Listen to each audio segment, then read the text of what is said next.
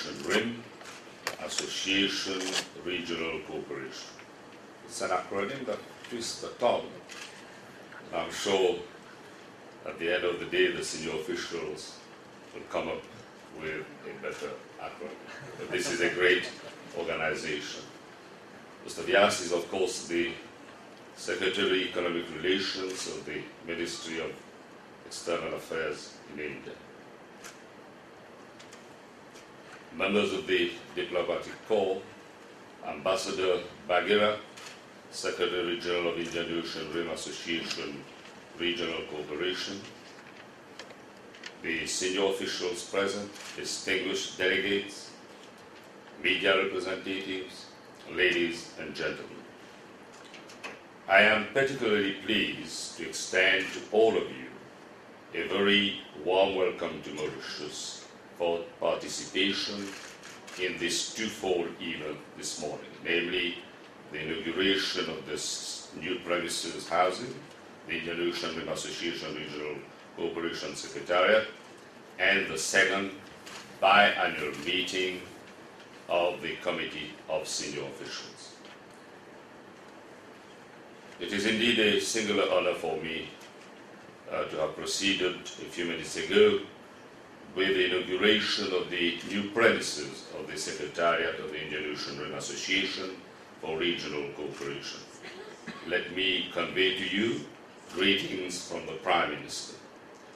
The decision of the government of Mauritius to provide these new and state-of-the-art facilities in the congenial business environment of Ebene City shows our unflinching commitment to the organization and also our earnest desire for our organization to deliver on the objectives we have assigned to it. In a way, today's inaugural ceremony of the new premises of the Indian Ocean Rim Association Regional Cooperation, in my view, completes a process of rejuvenation of the organization we started a couple of years ago with the adoption of the new charter in 2010.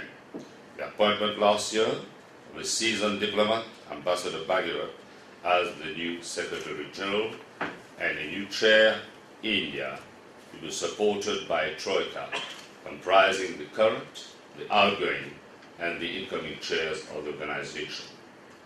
We have reaffirmed our commitment to facilitate and promote cooperation by bringing together government, business, and academia. Moreover, by adopting a new member-driven approach underpinned by the principle of good governance, we want to ensure the smooth and effective implementation of our program. Ladies and gentlemen, Mauritius has been closely associated with the conceptualization and the setting up of the Indian Ocean Rim Association for Regional Cooperation. Starting with 7 members and a pilot coordinating mechanism in 1997, it has today grown into a full-fledged secretariat. It has a membership of 19 countries from regions of vital strategic importance. Notwithstanding our diversity, we do share a large convergence of interests and values and the objective to promote sustainable development of the region and the member states. 15 years in the life of a regional cooperation organization is not too long a period to enable us to make any judgment in view of the complex nature of the issues involved and the need to build consensus. But it does provide an opportunity to take stock of what we have been able to do together, to make adjustments where necessary, and also to reflect on the various present and emerging challenges. Since the inception of the Ior Arc, the world has experienced major changes and tasks ahead are indeed daunting. It is confronted with a multiplicity of crises, including the Euro financial crisis and a gloomy economic outlook in Europe. There is also a paradigm shift in the balance of global economic power with the emergence of new global players and drivers of change. This has serious geostrategic and geopolitical implications. implications. Moreover, most of us are faced with problems associated with climate change, rising food and oil prices, and the recent phenomenon of piracy in the Indian Ocean. These challenges underscore the need to constantly build and strengthen resilience and have a more effective coordination of our common development efforts. In spite of the great disparity in the level of development of our countries, we need to map out a vision of economic cooperation to enhance trade and investment. The scope of the Ior Arc has expanded over the 15 years of its existence. Members are willing to cooperate today in areas like science and technology, education, health, transport, and maritime security.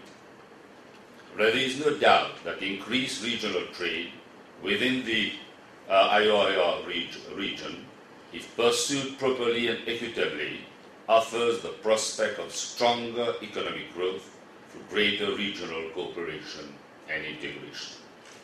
We need also to mobilize the support of the private sector and our dialogue partners in this endeavor.